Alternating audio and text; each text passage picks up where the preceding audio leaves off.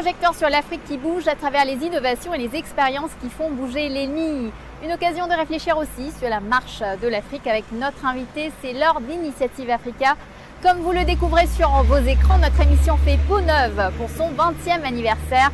L'équipe d'Initiative Africa se joint à moi pour tous vous remercier, nos téléspectateurs, de votre fidélité.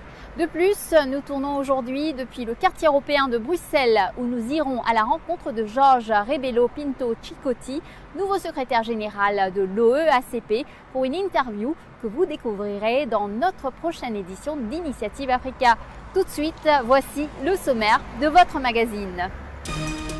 Rencontre avec Aïcha Aboubakar Achenu, l'une des stylistes qui révolutionne la mode mais aussi le business au Nigeria. Cette ex-journaliste a trouvé le moyen de faire face à la pandémie de Covid-19 avec ses masques et équipements Made in Africa. Nous devions faire quelque chose et nous nous sommes joints à la lutte contre ce phénomène en produisant un masque réutilisable et d'autres types d'équipements de protection individuelle pour les travailleurs médicaux. L'élevage du ver à soie est de retour à Madagascar. Le secteur se relève, mise sur l'investissement des femmes et joue la carte de la qualité. La production de cocon, c'est de l'argent rapide. Avec mon élevage personnel, je gagne des sous. J'aimerais maintenant pouvoir transformer le cocon en fil moi-même pour pouvoir faire de l'artisanat. En finir avec le chômage des jeunes grâce à des formations professionnelles bien ciblées. Paris gagné avec le collège Selam d'Addis Abeba. Je me suis engagée pour suivre cette formation professionnelle parce que j'étais intéressée par ces techniques et parce que je veux démontrer que les femmes peuvent être elles aussi efficaces dans tous les domaines. À Madagascar, l'élevage ancestral du ver à soie a été relancé au début des années 2000 par l'Organisation des Nations Unies pour le développement industriel. Cet appui a permis d'introduire non seulement de nouveaux plants de mûrier, mais aussi de nouvelles souches de semences de ver à soie, le Bombix mori, de quoi protéger le travail de nombreuses femmes qui s'investissent dans de petites unités d'élevage et pourquoi pas leur permettre d'accéder à des activités d'artisanat. Regardez. Encouragé du temps de la royauté et de la colonisation, l'élevage du ver à soie a été délaissé dans les années 70. La concurrence de la soie asiatique bas de gamme et des nouvelles fibres synthétiques était trop forte. Aujourd'hui, la soie malgache est remise au premier plan par les nouveaux créateurs de mode de l'île et l'Europe se laisse séduire par l'authenticité et l'originalité de sa production artisanale. La grande île exporte plus de 60 tonnes de soie pour une valeur de 8 milliards de francs CFA. Le ver à soie, le Bombix, se nourrit exclusivement de feuilles de mûrier et son élevage était traditionnellement assuré par des petites exploitations agricoles. Dans les hautes terres entourant Tananarive, une frange de la population rurale féminine a conservé les techniques d'élevage directement héritées de leurs aînés. Du coup, des ONG comme Amadea contribuent de plus en plus à la relance de la filière, voyant là une source de revenus secondaires pour les femmes. C'est une activité essentiellement féminine, l'élevage du ver à soie. Donc la soie, elle peut être produite par la femme en dehors de ses activités traditionnelles dans le domaine de l'agriculture et de l'élevage. Ça ne lui prend pas trop de temps, dans la mesure où elle a les mûriers, où elle a les œufs de Bombix. Donc ça, c'est quelque chose qu'elle peut faire. Et c'est assez rémunérateur quand même, parce qu'une telle production peut le rapporter entre 200 000 FMG à 400 000 FMG. Donc en gros en 2 mois, ce qui est supérieur aux revenus du paysan mensuel. L'élevage du Bombix demande tout de même une grande précision. Les vers sont précieux et vulnérables. L'association a donc mis en place un réseau de techniciens qui apprennent aux paysans à maîtriser les différentes étapes de la production.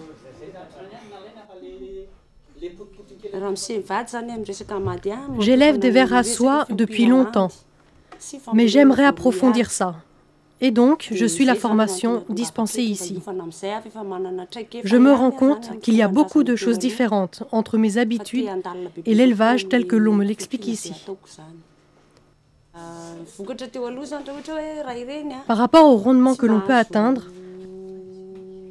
je me rends compte que je suis en dessous des 50%. La première étape pour relancer la filière est d'encourager la culture du mûrier afin de pouvoir nourrir les vers. 150 familles réparties sur 12 localités sont concernées par ce projet qui a vu naître 12 hectares de plantations. Donc pour ça, on est allé chercher des variétés performantes dans les zones où traditionnellement il y avait déjà eu des introductions de plantes de mûrier à Madagascar. Et donc à partir de là, on a formé aussi les paysans à faire des boutures de mûrier, à faire des pépinières et donc après coup de les planter. Sur un tapis de feuilles finement hachées, l'élevage du ver à soie peut commencer. C'est ce que l'on appelle la sériciculture. L'association Amadea permet aux paysans de se procurer des œufs de bombix d'une qualité optimale afin qu'ils puissent élever leur propre ver. Nous ici donc on produit des œufs qu'on va distribuer après aux organisations paysannes avec lesquelles on travaille. Donc à partir du cocon, donc on attend que le bombix sorte. Donc il faut un mâle et une femelle qu'on laisse s'accoupler. Une fois qu'il y a eu l'accouplement, donc on emprisonne la femelle avec ça. Et puis au bout, on a les pontes. Les vers élevés deviennent cocon et on en tire le fil de soie.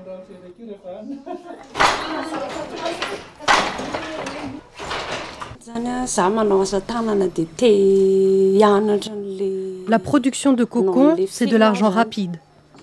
Avec mon élevage personnel, je gagne des sous. J'aimerais maintenant pouvoir transformer le cocon en fil moi-même pour pouvoir faire de l'artisanat. La prochaine étape pour l'association est d'encourager les paysans à transformer les cocons en fil afin d'apporter une valeur ajoutée à leur production initiale. À partir de ce moment-là, la phase finale de tissage pourra être abordée. Mais le tissage demande un savoir-faire bien particulier. C'est un métier, c'est pas un paysan lambda qui va dire voilà, du jour au lendemain je vais aussi faire du tissu et puis le vendre. Non, il n'arrivera pas parce que c'est assez compliqué. Et donc déjà s'il arrive à avoir du fil et vendre le fil, c'est une première étape. Après bien sûr, on n'exclut pas qu'il puisse tisser, mais c'est pas à l'heure actuelle on n'y est pas encore. L'association prépare néanmoins cette ultime phase de la production. Avec l'aide de l'Organisation des Nations Unies pour le développement industriel, Amadea a pu se procurer les machines nécessaires au tissage et former son réseau de techniciens. Le moment venu, les paysannes des villages des hauts plateaux feront renaître les secrets d'une richesse ancestrale née au pays du soleil levant. Une belle revanche pour Madagascar qui avait été contrainte, il y a peu, de fermer ses usines textiles face à la concurrence asiatique justement.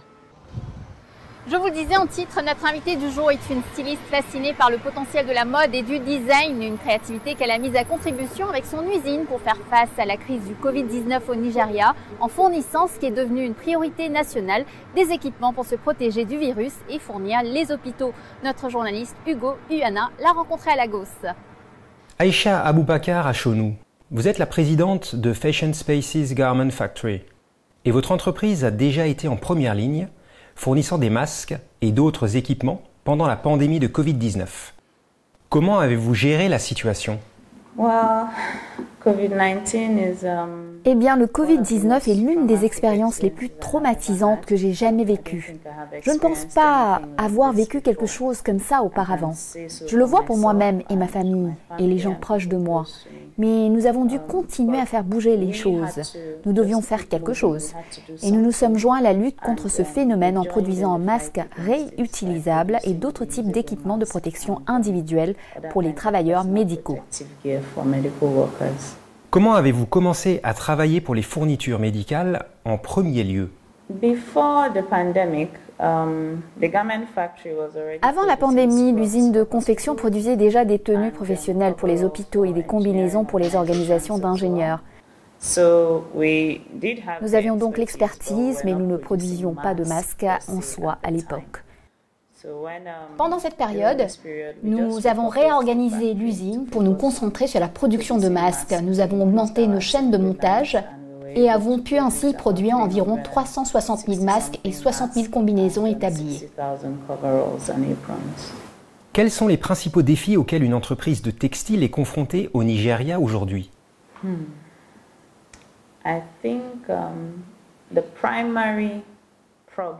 Je pense que le principal problème qui me préoccupe concerne les matières premières, car nous avons des normes que nous devons respecter en tant que fabricants de vêtements et producteurs de produits en général.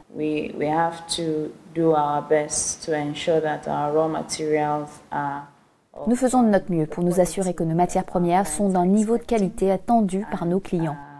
Et nous avons plus ou moins le contrôle sur le temps de production et de livraison. L'achat de matières premières est donc assez compliqué, car nous devons en importer la plupart, et si cela peut changer, cela aiderait vraiment. Qu'en est-il des problèmes d'exportation ?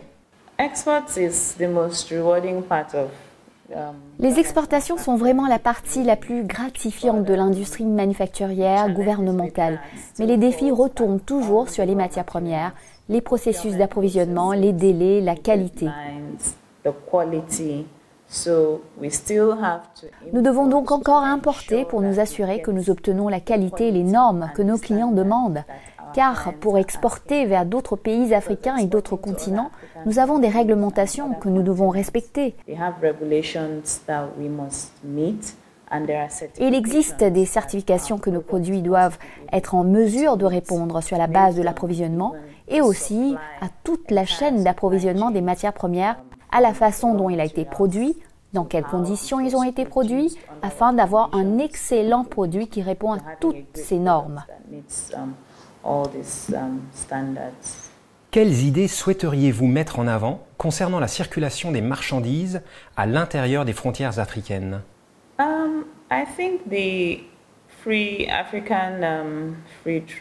Je pense que la loi sur le libre-échange africain est une excellente idée.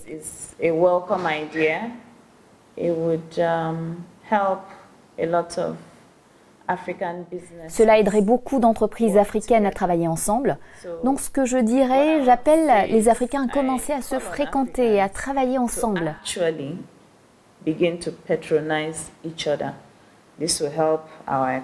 Cela aiderait nos économies et ne fera que montrer au monde ce dont nous sommes capables. Faisons-le, cette loi sur le libre-échange a été promulguée. Agissons en conséquence. Bienvenue pour la suite d'Initiative Africa. Et si le problème du chômage des jeunes Africains trouvait sa solution dans l'enseignement technique et professionnel? C'est le pari du collège Selam, le Selam David Rochely Technical and Vocational College. Cette structure a été créée par une ONG éthiopienne pour offrir aux jeunes la possibilité de suivre une formation professionnelle. Aujourd'hui, elle a noué des partenariats avec une cinquantaine de sociétés pour placer ces jeunes. À noter, un tiers des 600 étudiants sont des femmes et plus de la moitié d'entre elles n'hésitent plus à se tourner vers les métiers de l'électricité ou de l'équipement lourd. Kumera Gemeshu et François Baudry ont été à la rencontre de cette école socialement engagée. La Banque mondiale estime à plus de 10 millions le nombre de postes qui ne peuvent pas être pourvus en Afrique, faute de techniciens. Autant de jeunes qui auraient pu passer du statut de chômeur à celui de salarié. Un constat partagé par la Commission du développement humain de l'Union africaine qui veut accélérer l'éducation technique et la formation professionnelle sur le continent. La position de l'Union africaine a été largement soutenue par les ministres de l'éducation réunis ici à Addis Abeba lors de la première réunion du comité d'enseignement technique et professionnel. Et comme pour encourager cette prise de conscience, 10 jeunes sélectionnés à l'échelle du continent, pour leur efficacité et leur gouvernance, ont pu présenter leurs propres projets en assemblée plénière avant d'être récompensés lors d'une cérémonie de remise des prix. Des prix pour valoriser leur initiative, mais pas seulement. Ces récompenses sont très importantes parce qu'elles sont une manière de démontrer qu'il y a eu un changement de paradigme en ce qui concerne la formation et l'éducation technique et professionnelle en Afrique. C'est précisément la réponse qu'il faut développer pour prendre en charge cette explosion démographique des jeunes en Afrique, pour en faire un plus d'un point de vue économique et social. Nos jeunes auront la possibilité d'obtenir le savoir qu'il faut, pas simplement pour chercher du travail, mais pour devenir eux-mêmes des créateurs d'emplois. Nous sommes allés à la rencontre de l'un de ces lauréats. Le Selam College est installé dans la banlieue d'Addis Abeba. Depuis 20 ans, il s'est engagé sur la voie de la formation technique et professionnelle avec une approche sociale très affirmée. Et la majorité des étudiants trouvent un emploi à la sortie ou d'autres veulent créer leur propre entreprise. Je me suis engagée pour suivre cette formation professionnelle parce que j'étais intéressée par ces techniques et parce que je veux démontrer que les femmes peuvent être elles aussi efficaces dans tous les domaines. Quand je sortirai de l'école avec mes diplômes, je veux lancer ma propre activité en ouvrant un garage de réparation de voitures. J'apprends ici comment entretenir la mécanique des poids lourds et des engins de terrassement. Quand j'aurai fini ma scolarité, je veux travailler pendant un moment comme employé dans une entreprise. Mais après avoir travaillé en tant que salarié, je veux créer, si Dieu le veut, mon propre garage. Créé en 1989 par l'ONG éthiopienne Le Village des Orphelins, le Selam College était à l'origine un établissement dont l'objectif était de donner aux enfants de son village qui les avaient vus naître et grandir une formation technique et professionnelle pour qu'ils trouvent un emploi. Victime de son succès, Selam College a poussé les murs des salles de cours et des ateliers devant les demandes qui affluent de toute la région. À sa création, 19 jeunes suivaient les premiers cours. Aujourd'hui, l'établissement compte 430 étudiants qui bénéficient d'une formation gratuite avec 70 professeurs. Le centre Selam a fait beaucoup de progrès depuis ses débuts. Selam avait commencé avec la formation de base sur les techniques de soudure. Maintenant, nous avons 11 filières. Et ces filières, du niveau 1 au niveau 4, sont reconnues par le ministère de l'Éducation. Grâce à des partenariats avec des industriels comme Volvo, Selam College a aujourd'hui les moyens de ses ambitions tout en conservant une dimension humaine très particulière. Les meilleurs anciens élèves deviennent eux-mêmes enseignants ou travaillent pour l'atelier de fabrication de l'établissement pour des clients extérieurs. J'ai commencé à étudier la gestion pour les produits d'ingénierie métallique il y a 3 ans.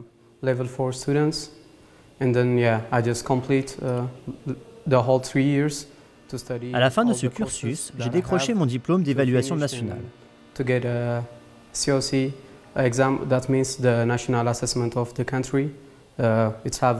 Parce qu'à chaque niveau, il y a un examen. Je les ai réussis et je suis diplômé du centre de formation technique et professionnelle de Selam. Je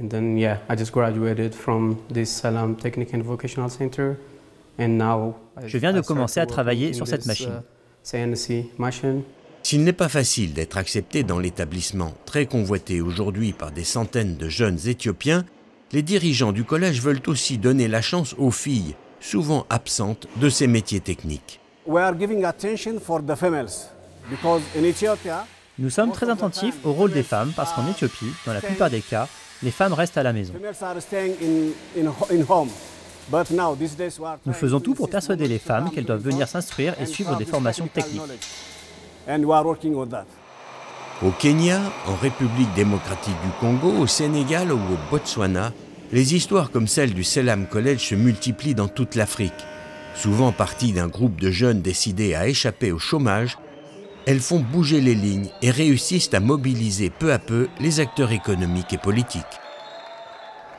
Nous retrouvons maintenant Aïcha Aboubakar à Chenou pour la suite et la fin de notre entretien de la semaine. Elle se confie à notre journaliste Hugo Uyana sur ses projets, notamment sa passion pour les possibilités qu'offre à la mode la technologie 3D. Parlez-nous de vous. Comment devient-on PDG d'une entreprise de textile au Nigeria ? Avant de me lancer dans la confection de vêtements, j'étais créatrice de mode. Mais à l'école de mode, je me suis spécialisée en fait dans la fabrication de garnitures. Puis je me suis lancée dans le design de mode et je me suis davantage concentrée sur l'aspect créatif de l'entreprise. Mais quelques années plus tard, j'ai réalisé que les principaux problèmes et défis que j'avais en tant que designer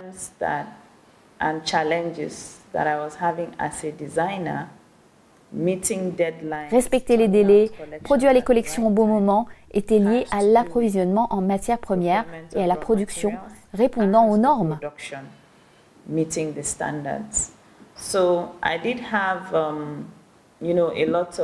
J'ai donc eu, vous savez, beaucoup d'investissements que j'avais fait dans la machinerie lourde en tant que designer, ce qui était probablement trop lourd pour une marque de vêtements. J'ai donc décidé que s'il y a une lacune qui nous affecte tous, peut-être que quelqu'un pourrait commencer à la combler.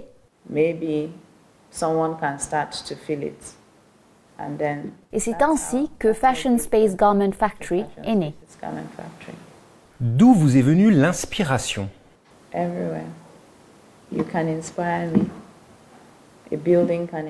Partout. Vous pouvez m'inspirer, un bâtiment peut m'inspirer. Ce que mon héritage m'inspire le plus, car je viens d'un milieu multiculturel. Donc les gens, tout m'inspire, tout comme nos vies uniques. Et nous sommes si différents et nous pouvons avancer ensemble, c'est incroyable. Était-ce difficile de créer votre entreprise? Comment avez-vous levé des fonds? J'ai commencé petit, donc ce n'était pas très facile, mais avec les fonds d'amis et de famille qui étaient essentiellement le financement de démarrage, que j'ai pu utiliser, ma mère m'a donné de l'argent, mon mari aussi, puis de mes propres économies personnelles, mais quand j'étais prête à évoluer, ma banque m'a soutenue. Oui, la Guarantee Trust Bank m'a soutenue.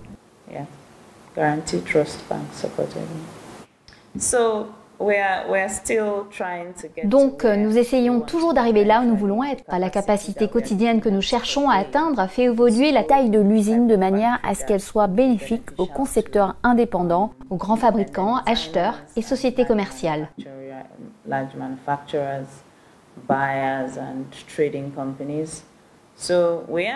Nous cherchons donc toujours de financement parce que c'est une entreprise financée personnellement avec l'aide de la banque.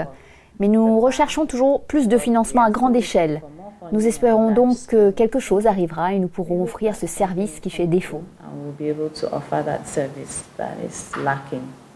Comment est-ce d'être une femme entrepreneur au Nigeria aujourd'hui?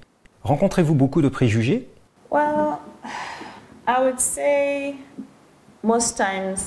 Eh bien, je dirais que la plupart du temps, les gens pensent que les femmes n'ont pas certaines capacités. Je veux dire, je sais que parfois, quand je vois « Oh, j'ai une usine de confection qui peut vous donner 50 000 pièces par semaine », parfois, c'est, vous savez, difficile à comprendre. Les gens ont tendance à penser que nous n'avons peut-être pas la capacité de le faire.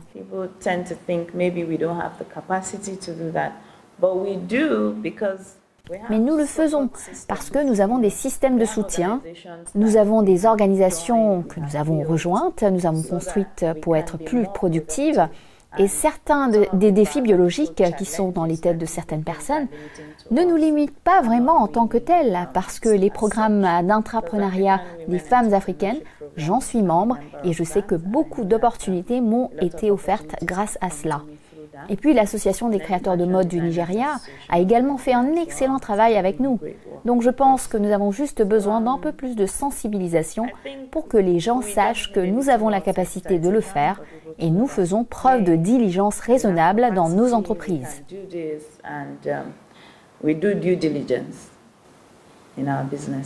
Vous avez mentionné un intérêt pour l'impression 3D. Quels sont vos plans pour votre entreprise dans un futur proche? Je pense donc que c'est la question la plus passionnante car je pense que l'impression 3D est l'avenir de la mode. Pour l'instant, vous savez, nous n'avons que des accessoires très solides comme des matériaux non flexibles pour travailler les vêtements. Et les créations, c'est toujours en cours. Vous savez, ils développent toujours cette technologie, mais nous savons qu'avec les conceptions en maille, par exemple, si votre conception est en maille, ils peuvent y intégrer ces panneaux imprimés et ainsi les assembler pour créer un vêtement. Mais les vêtements 3D sont toujours en préparation. Ils travaillent toujours sur cette technologie, mais si cela se révèle, ce serait la meilleure chose qui ne soit jamais arrivée à la mode. Je suis très excitée à ce sujet. Oui, vraiment.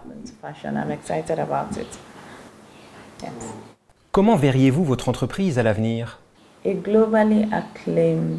Une fabrique de vêtements de renommée mondiale. Je n'en dirai pas plus. Avez-vous pensé à la jeune génération d'entrepreneurs, en particulier dans le secteur de la mode? Comme vous le savez, nous avons un écosystème que nous avons construit pour soutenir les jeunes entrepreneurs. Et nous avons également le programme de formation à distance pour les femmes des communautés rurales qui ne peuvent pas sortir de leur communauté pour apprendre ou gagner leur vie. Nous avons donc ces programmes Et pour moi, je voudrais le voir se mondialiser. J'aimerais que les créateurs et les couturiers du monde entier aient un système de soutien qui fonctionne pour cette jeune génération, afin que les gens puissent se concentrer sur leur créativité. Le monde peut être un meilleur endroit, hein. Nous pouvons tous être à l'aise et être plus respectueux de l'environnement aussi. Ce serait mon rêve. Aïcha Aboubakar Achonou, merci beaucoup.